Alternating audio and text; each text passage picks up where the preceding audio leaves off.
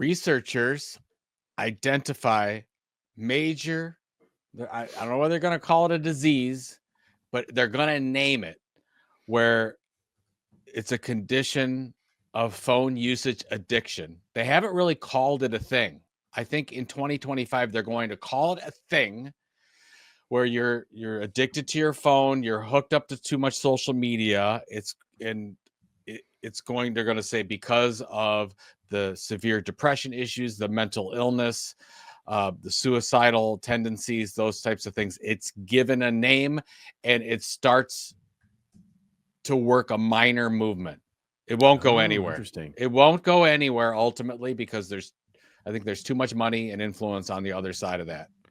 But I do think it's called a name, and you're going to see maybe some people on Capitol Hill, maybe some lobbyists start to work behind this thing and to try to help people change their behavior around it. But it's going to be named a thing. So, okay. There you go. Wow, that's really interesting.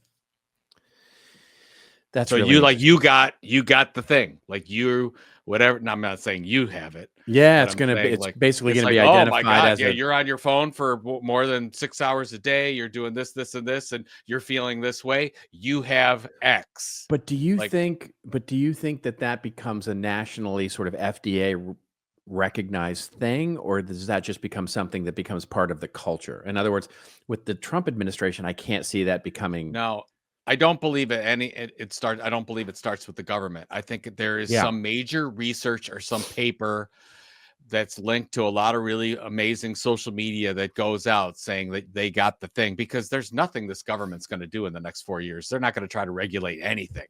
Yeah. So that absolutely not. But it'll start to gain momentum outside of government. And then you'll see in certain constituencies, you'll see some political movement around it, but not during that presidency.